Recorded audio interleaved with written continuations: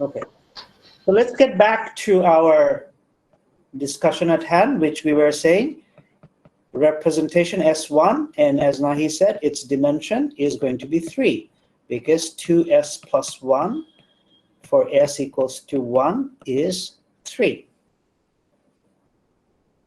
Okay, now the basis vectors will consist of 1, 1, 1, 0, and 1, minus 1, right? So again, the value of s is fixed, so let's just, shorthand notation, call this 1. And let's call this, say, 0. And let's call this minus 1. And then, we can use the same, equations, and then we can figure out that S3 acting on 1 is going to give me 1. S3 acting on 0 is going to give me 0. S3 acting on minus 1 is going to give me minus of minus 1. And then S plus acting on minus 1, it's going to raise it, right? And now if you do the algebra, you'll see the numerical factor now is 2, square root of 2. And then you can apply S plus again on 0, and you will get square root of 2 plus 1. And then if you apply S plus again on plus 1, what will you get?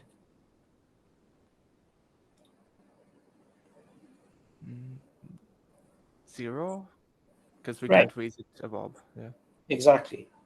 And then similarly, if you take S3 and apply it on the highest weight state, which is 1, you get square root of 2, 0.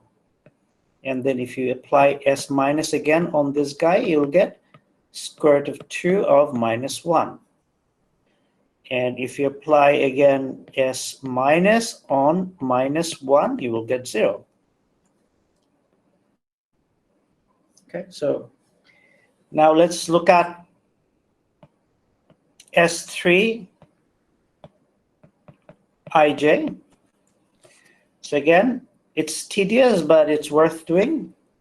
There might be exam questions like this. 1, S3, 1. So this is row, this is column. Row, column. So this is 1, S3, 0, 1, S3, minus 1. 0, S3, 1.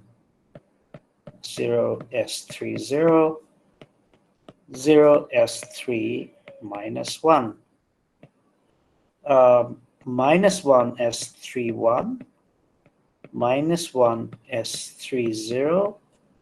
Minus 1, S3, minus 1.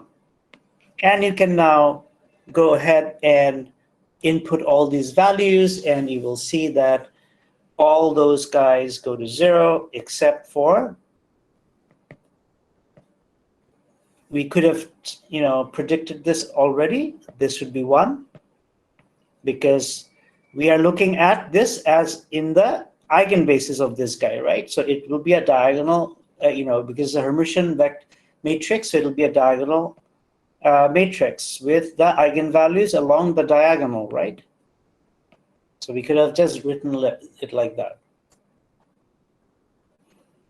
So S plus, if you go and calculate, you will find there's a square root of 2 here and a square root of 2. S minus, you will get 0, 0, 0, square root of 2, square root of 2. Of course, you could have gotten this guy from just taking the Hermitian conjugate of this guy.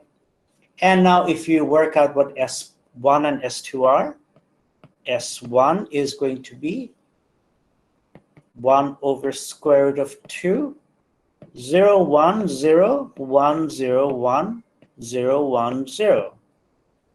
And S2 is going to be 1 over square root of 2, 0 minus I is 0, I, 0 minus I, 0, I, 0. And you can see that both of them are Hermitian.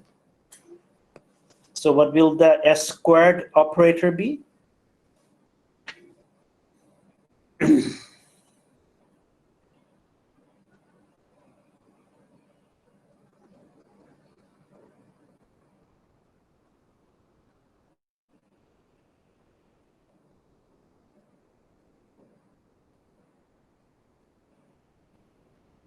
What is the eigenvalue of S squared?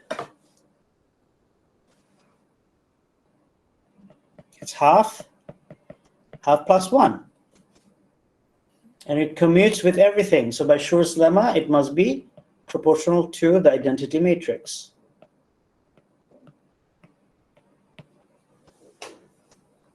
Okay?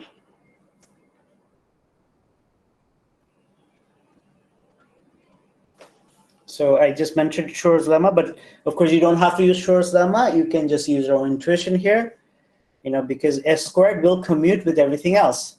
So it must be the identity matrix, right? And that's what Schur's lemma says. So Schur's lemma tells us that, if, a matrix,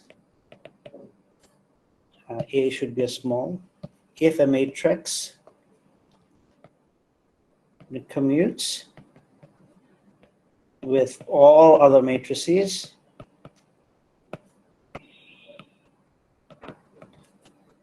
of a group, then it is proportional to the identity matrix. Okay, so I think that's